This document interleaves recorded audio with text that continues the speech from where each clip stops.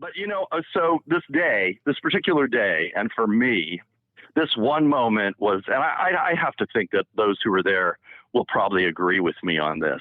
It was the most powerful moment of them all. So what happens is Bo and Katie are about to come up and speak. The organizers, the mayor, are speaking to all of us, kind of telling us what's going to happen and who's going to speak and thanking people. And what no one knew was coming, at least I sure didn't, was that they asked us to stand for the Pledge of Allegiance. I think it was the Pledge of Allegiance. So we stand for the Pledge of Allegiance, and, I can't remember if it was the Pledge of Allegiance, but we stood, and I just remember all of a sudden, out of this booming speaker,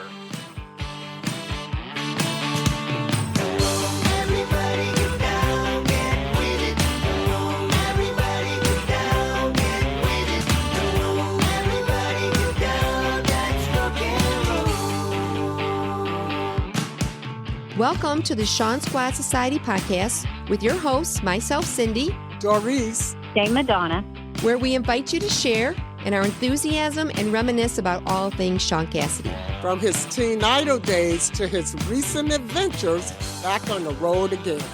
please join us for the stories and memories that connected us to those happy days that helped create the Sean Squad Society podcast. This week we have a very special guest. Our good friend. It's not his first time here, actually. For his three-peat appearance, we have Johnny Ray Miller, and he's here to talk to us this time about his visit to the David Cassidy Street Sign Memorial, West Orange, New Jersey. And we cannot wait to hear all about this trip.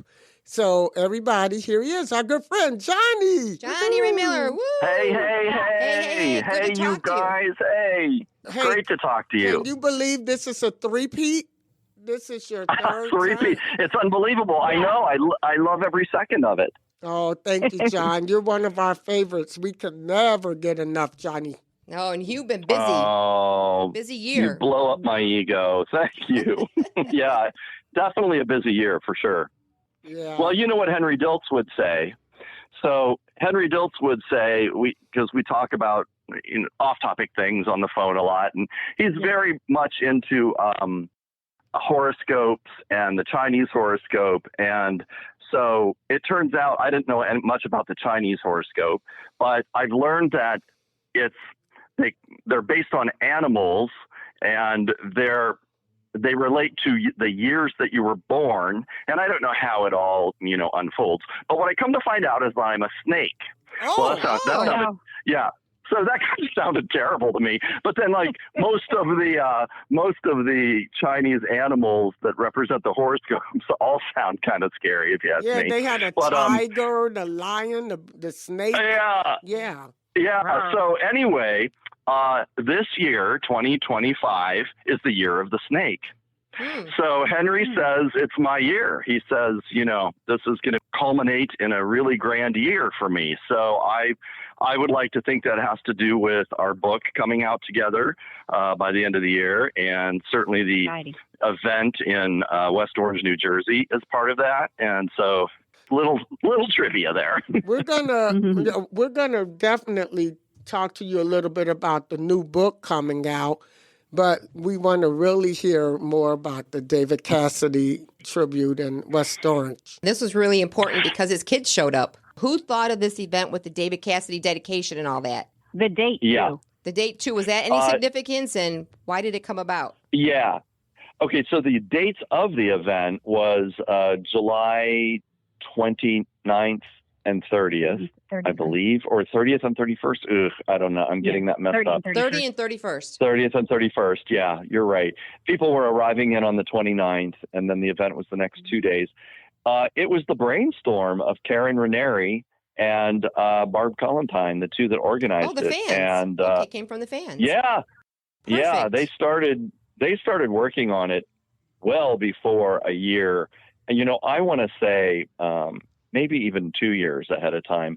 Karen Ranieri, I think, got the ball rolling, but Barb was with her on it for the whole ride. Wow. Yeah. So Karen Ranieri and Barb Collentine were the two spearheaders of this whole event, and they were well over a year working on this, I'm pretty sure. They were so professional.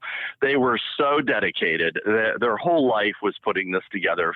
And the mayor, Mayor Susan McCartney, she got on board, and, you know, because of her, the whole town embraced the whole project, and it was just extraordinary. I mean, I don't even know where to begin. You guys ask the question, and because I'll probably just keep talking and not shut up. Well, that's what we love about you. Start at the beginning, like, you know, take us through that day. Like, I saw all kinds of videos. You were in a special car. You got to ride with, like, what I call the VIPs.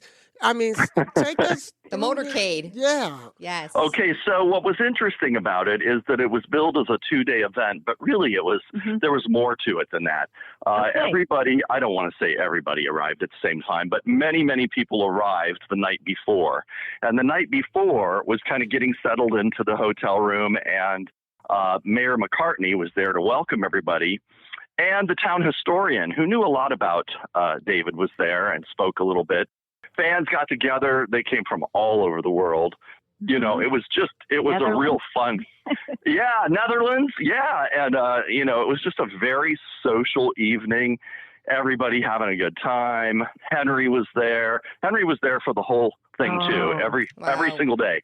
So he was there, and it was, you know, it was a real energy starter that night. Hey, John, real quick. I hate doing this, but we may have a listener or two who does not know who Henry Diltz is. Maybe we can just say real quick who he is. Yeah, yes, we can. Henry Diltz is a legendary rock and roll photographer, probably the most prominent rock and roll photographer of that era. He was the only photographer who shot the construction of Woodstock leading into Woodstock. Woo-hoo! And then and then he was there. Were you there? No kidding. I was there. He was there to shoot, you know, all the artists, and I love it. Yeah, he, you know, and he's still working today. This guy never stops. He shot everybody from Janis Joplin to Jimi Hendrix, the Doors, all the way forward to Alanis. Yeah, just everybody. I think he shot the Goo Goo Dolls just last year. So he keeps on going, man. He's just a nonstop photographer machine. So that's a little bit there about Henry. And of course, he shot David, not literally, but he was right. And and he shot him just more than anybody. They were great friends. They became great friends from day one.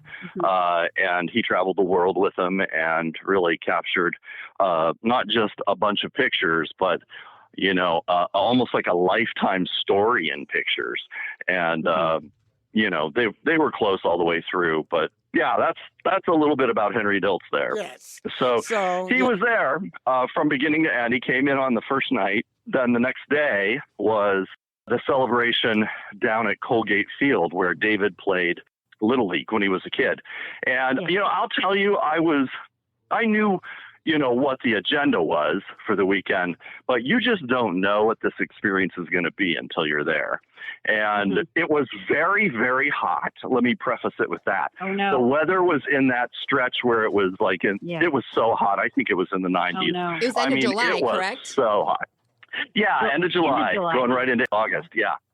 And, but the town was really prepared. And, Bo and Katie both arrived into the mayor's office about an hour prior to the event that started at Colgate. And so I was there for that. Henry was there for that. I did some interviews with them, and we did an article for Remind magazine that I wrote.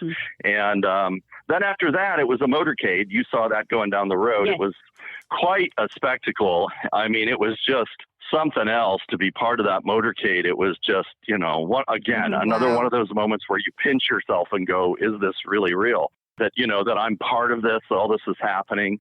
And so we get down there to the ball field, and they got chairs set up on the field. And then at the back of the field is this giant Partridge family bus that you could pose Yes, we behind and saw have your picture it. taken.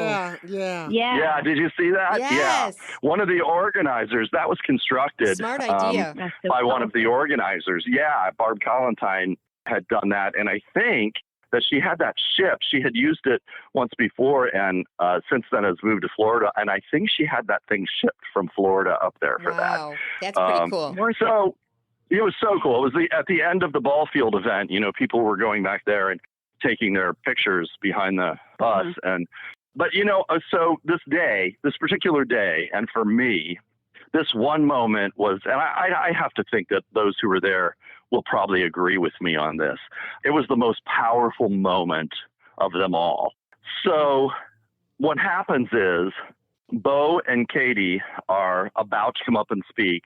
The organizers, the mayor, are speaking to all of us, you know, kind of telling us what's going to happen and who's going to speak and thanking people. And what no one knew was coming, at least I sure didn't, was that they asked us to stand for the Pledge of Allegiance. I think it was the Pledge of Allegiance. So we stand for the Pledge of Allegiance. And, you know, I can't remember if it was the Pledge of Allegiance, but we stood. And I just remember all of a sudden, out of this booming speaker comes David singing the Star Spangled Banner. And I want to tell you, there was not a dry eye on that ball field. Say tears. Oh, First thing I thought of. It was so powerful. I mean, I couldn't hold it back.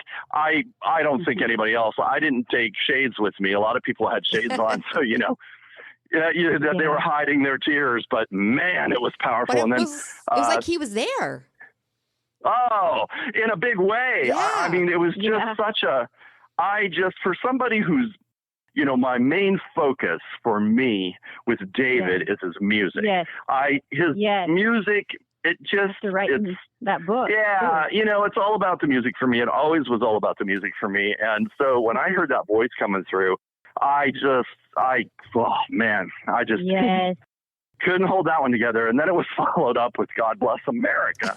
So the tears just kept pouring, you know, it was just, it was amazing. It was so amazing. And then I'm thinking, you know, am I the only fool who is falling apart here? And then the very next thing is Bo and Katie have to come up there to speak. Yes. And let me tell you, they were so choked up. They were so touched and moved by what was going on. They were so genuine and so grateful. You know, I don't think anybody, even including them, really knew what the experience was going to be until we experienced it. Wow. And it was just, I don't have words to describe how powerful that moment was. So that happened, and then after, everybody was so hot. But the town was really prepared. They had, they had fire trucks there, and, you know, things were ready in case, A lot of police people cars had trouble. I saw. You're right. Yeah, well, the cooling with water and the fire trucks, you know, and because it was so hot. They had all that. Yeah. Yeah, they had all that, and they were ready. But I have to say, you know, the emotion of that moment, I think, was the peak of emotion probably for everybody. I shouldn't speak for everybody, but certainly it was for me. And then after that, you could literally walk down the street, and they moved us down the street to the church where he went to. And there was a prayer. There was a prayer conducted by the priest at the church. I think it was an Episcopal church. I'm afraid to say these things in case I'm wrong, but I think it was. And then the street sign was very close by there, and people were taking pictures with the street sign, by the street sign. The house was just walking distance from there, and Bo and Katie were along for all of this and posed at the house and posed at the sign and, you know, greeted everybody, talked to everybody. It was truly amazing, just the whole thing. And then after that, I think there was a break and for lunch or something, and then we got together people had bought tickets for the big indoors part of the celebration at, drawing a blank now. The Highland? The Highlawn? The Highlawn. Yeah, the Highlawn. And it was a beautiful, beautiful place. Obviously, a lot of wedding receptions go on there. It was a building that sort of stood alone out over with a view that was incredible out the windows and even from the parking lot. Yeah. And so we set up there. I had a table there. Henry Diltz had his table there. Yeah, I spoke there. And then in the evening, it was a band they were really good.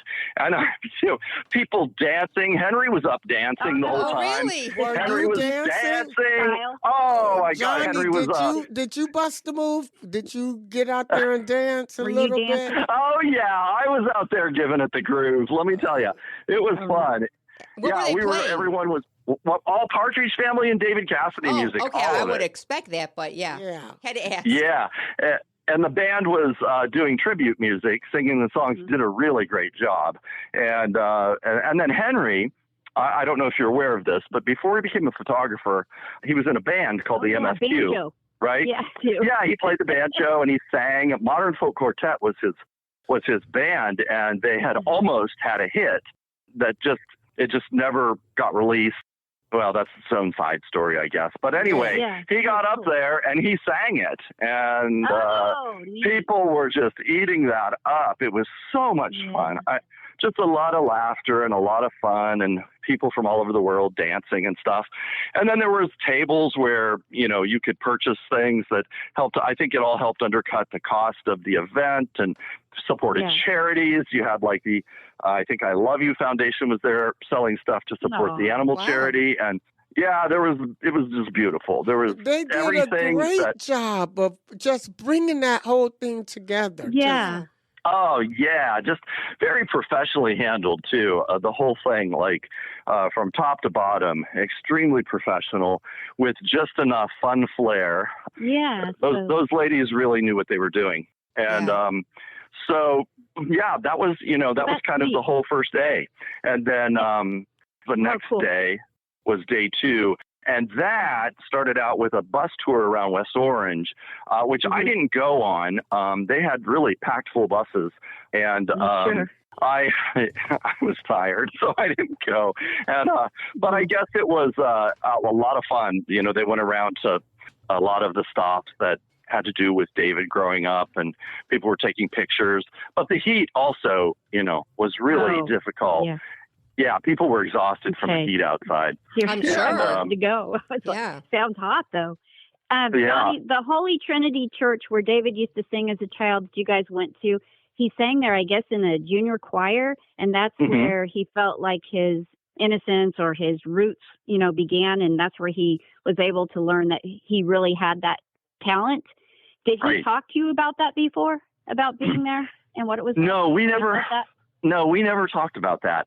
But you're right about that. He tributes it to his grandmother, who religiously went to church, and he went to church with her. But that was not something that I talked about with him when he was still around. Oh, okay.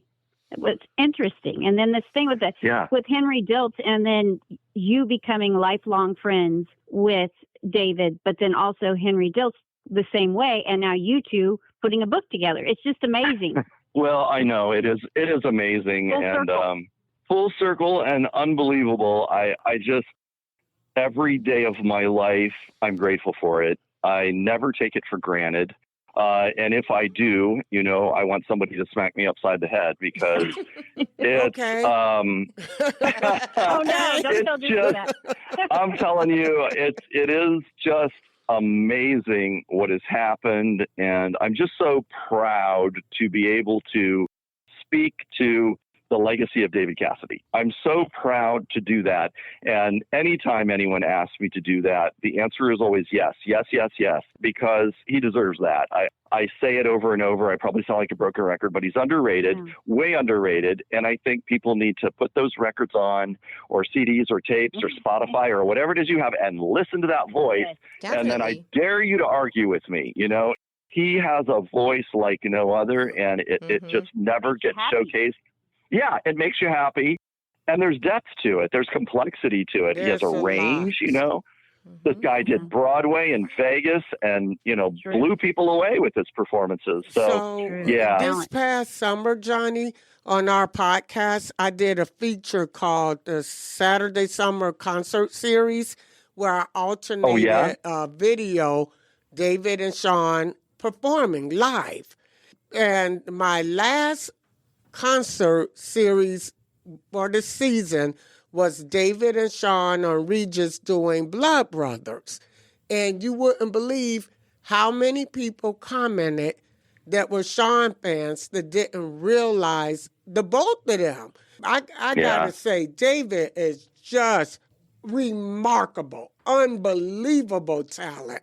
And people were like, that is an amazing doesn't performance. Sound like the Partridge Family. I'm like, yeah, they sped the records up for the young audience, but this is this man's true talent. Right. And he was underrated, way underrated. Way underrated. Oh, yeah. And nobody could deny it. No, nobody can. You're right. I was with Shirley Jones one time in a casual setting in which we were watching videos of performances of David and some of her. And when we pulled up that particular one you're talking about, she put her hand to her eye to wipe away the tears. Aww. Yeah, it was a very, very touching moment, something that I'll always remember. But yeah, she was definitely very touched by that. It is so moving. If you watch that performance. A lot of fans are moved by that. Yeah, it's very, very moving. Yes. To see it live on stage, I didn't see it with Sean, but Cindy and I saw the production, and it's just as moving. It is. It's every night he brought the same, and it's just, it was beautiful. But I don't want to get you too far off your next day at the event. The tour. The tour. You were going to tell us about the tour. Okay, so where did we leave off? I think the second day. The second day was the bus tour. And then in the afternoon, it was kind of like hangout time at the local, I think it was the local VFW. It was a lodge. And we were there for the rest of that afternoon and evening. And Henry Diltz gave 2 separate slideshows and stories behind the photos. One of them was, of course, strictly on David and his relationship with David and pictures that he took. The other one was on Woodstock and the people that he shot at Woodstock. And then he had several tables. Yeah, it was great. And he had several tables of pictures that were available there for purchase, signed photos. It was just amazing, the whole thing. And again, there was a DJ and it was more David Cassidy music and more dancing. They moved the bus, the little bus thing inside, and it was more pictures behind the bus. There was a bar, there was, and it was right on a street where, you could walk out if there wasn't, I don't believe there was food there, but if you wanted something, you could like walk out the door and go right around the corner and get something. It was super convenient. And there were places in the town that were selling merchandise, primarily the street sign. If you wanted to buy one of 2 sizes of the street sign, you could, and that was right there in the town. So then that wrapped up the second day, and then on the third day in the morning, people were gathering for breakfast in the hotel, and while the planned event stuff was over, I know myself, we were having breakfast and we were sitting there chatting with Henry, and he stayed, again, like I said, for the whole thing. And all the people, the fans, it was a lot more mingling that went on even at breakfast. And then I'm thinking, okay, so we're going to get on the road and drive home. I had like a 6-hour drive home from there. And I said, let's go. Why don't we go take a peek at some of these other landmarks that have to do with David that we didn't get to see because we didn't go on the bus tour. And so that's what everybody did. So, it wasn't even planned, but, I said, I want to get one of those street signs. So I went to one of the stores that was selling the street sign, and boom, I run into somebody else there. And then we went to Eagle Rock for the Indian reservation. We went there and saw that, and I saw other people hopping out of their car there. And so people were, they were doing what we were doing. They were going out on their own and seeing all these spots before they left town. But that's, pretty much it. Yeah. I'd love to go online and find one of those merchants who are selling the street sign and order one if I could. Yes. For our studio here. Well, you know what? I got to say, they are amazing because Initially, I didn't have one, which I planned on getting one. I just didn't buy one beforehand. But I planned on getting one. I guess, I probably wasn't paying attention. It's my fault. But they are the street sign. They are metal. They are, it's not some cheap thing. They're really nice. I thought it would be like a plastic replica thing. Or a bumper sticker. No, it's a metal street sign. Wow. Yeah. We'll get one of those. You could buy a miniature version of it. There was a small version of it, or you could get the actual size. Yeah. That's fun. That is kind of cool. It was fun. The whole thing just was such a blast and so touching. All of these emotions all over the place from top to bottom. I think the coolest thing about it was the commonality that we all have, and then that group of people who we share this commonality with, we're all together. Yes. And it created an atmosphere that I can't quite describe. When you walk through the town where David grew up, on the streets he grew up, you can feel something that is different. And I understand, I'm not an Elvis fan, and I've never been to Graceland or any of that, but I get it now. I told Barb and Karen, the organizers, that, this is, to me, West Orange is David's Graceland. And I can see it. I get it. I get why fans get together. I was just going to liken it to going to Graceland, and that's the same thing. You were reading my mind, because I've thought that ever since. That was one of the moments in my mind that was enlightening to me as part of the experience that I hadn't thought about before I got there. I mean, the most moving moment was certainly at the ball field with Katie and Bo and that voice booming through that speaker. But to me, the most revelatory or enlightening moment that I personally experienced was this feeling of, we, all of us here who have this common thing, that we're here together in a place that David loved and grew up, and we're walking down the streets, and it's just, there was something about that. One big happy family. Yeah. And speaking of family, there was a picture of you. Was this the first time you met David's Uncle Joe? There was a picture of you standing right next to him, I think, or maybe there was another person there and you and him. Yeah, so I had there were 3 cousins there, or 2 cousins and the Uncle Joe. The relative chain is hard to explain. I'm going to skip by that one because it's sort of complicated. But I had met Kelly before and spent some time with her. I had not met Douglas or Uncle Joe, and that was the first time. So those pictures you saw, that was the first time that I met them. Okay, cool.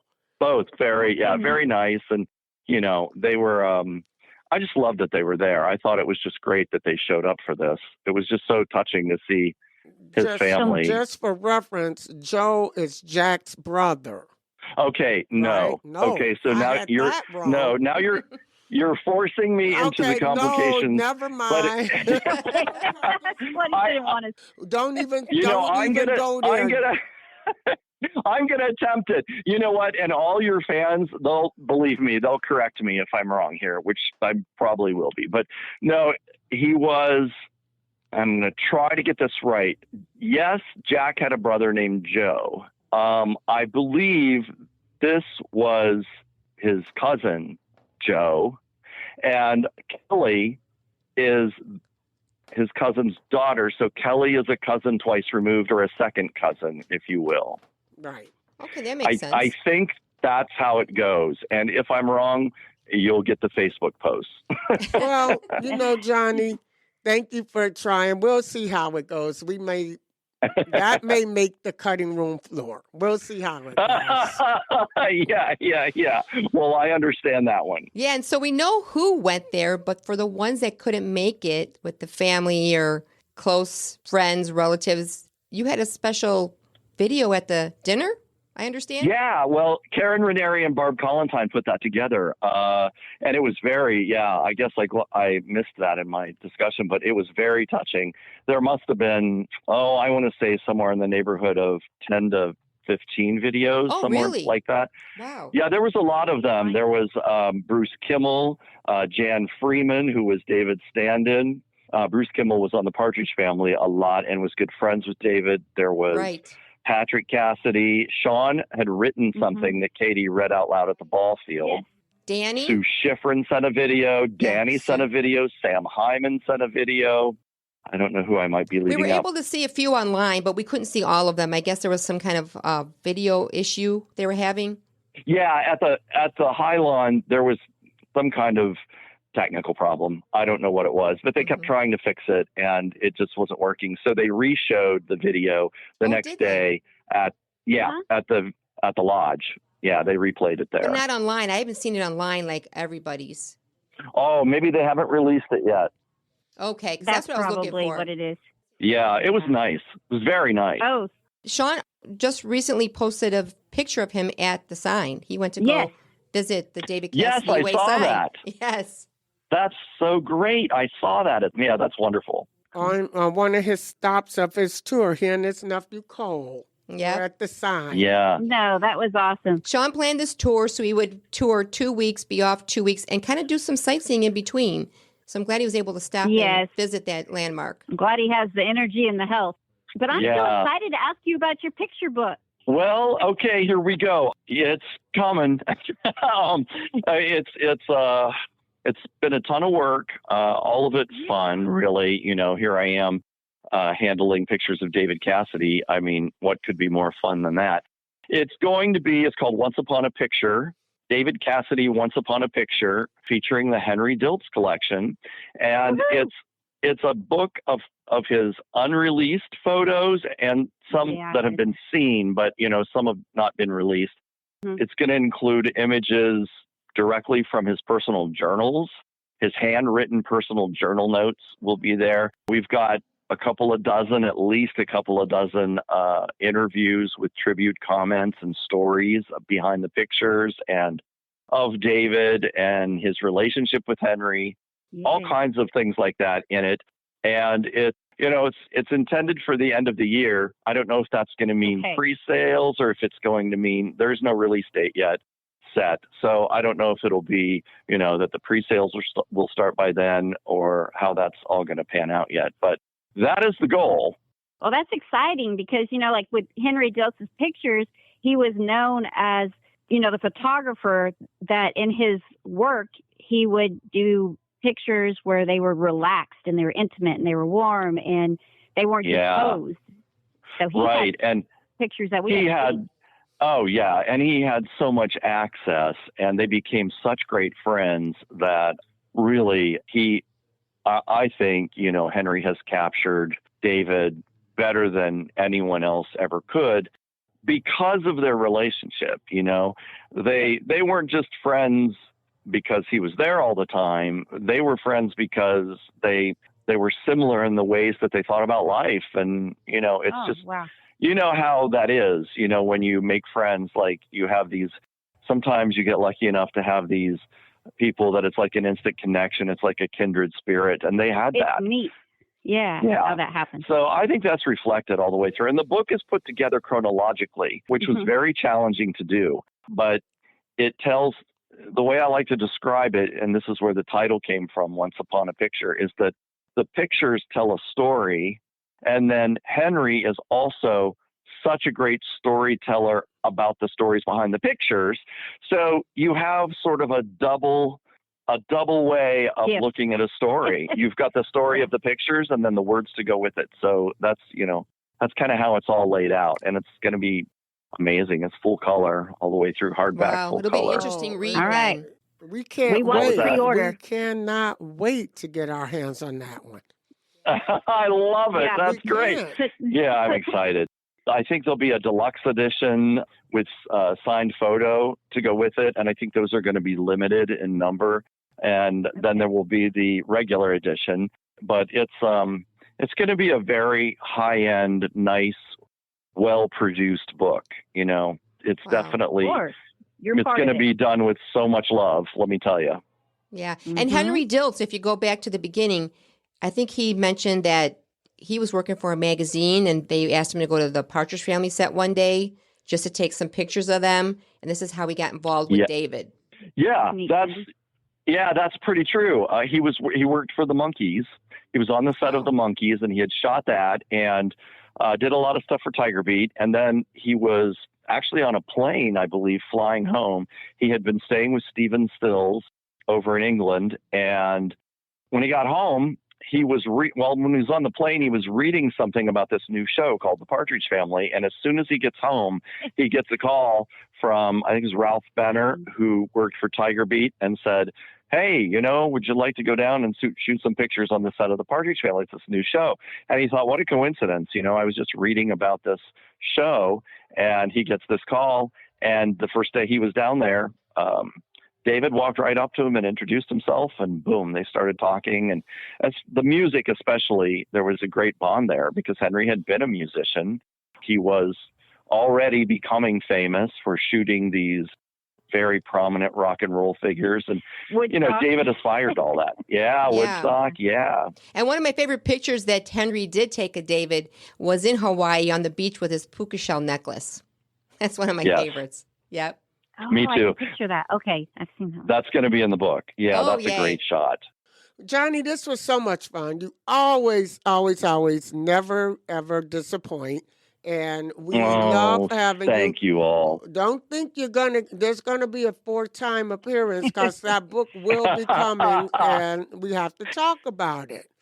Well, I love it. Anytime you guys want to do something, you just let me know and I'm all in. And we need to keep doing things like this to keep the legacy alive and remind people of David. And come on, get happy. Come on, get happy, yes. Thank you so much, John, and thanks for spending time with us today. Oh, thanks for having me. It's my pleasure. Thank you for having me.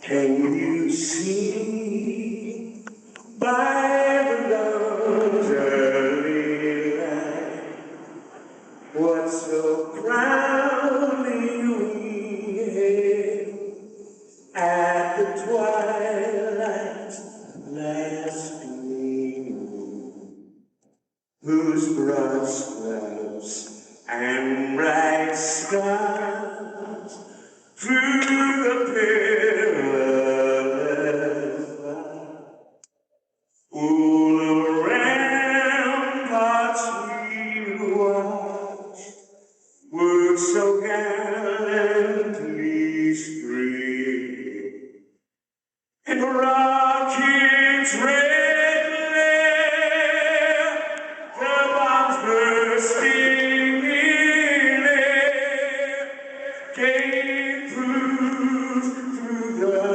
night that our flag was still there.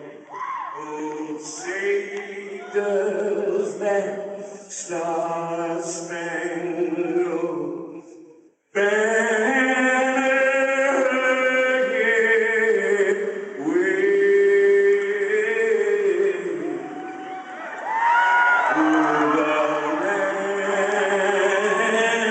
of the free and the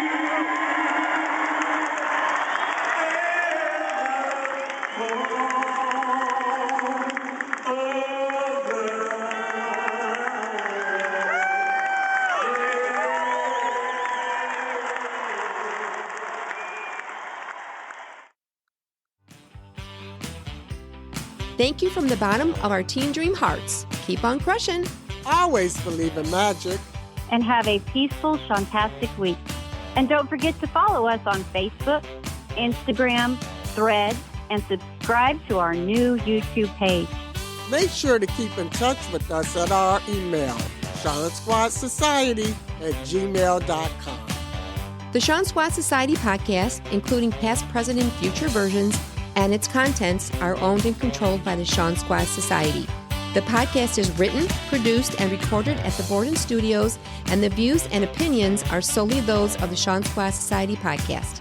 We may think we are always right, but we may get things wrong from time to time, so we assume no responsibility for errors of submission of content.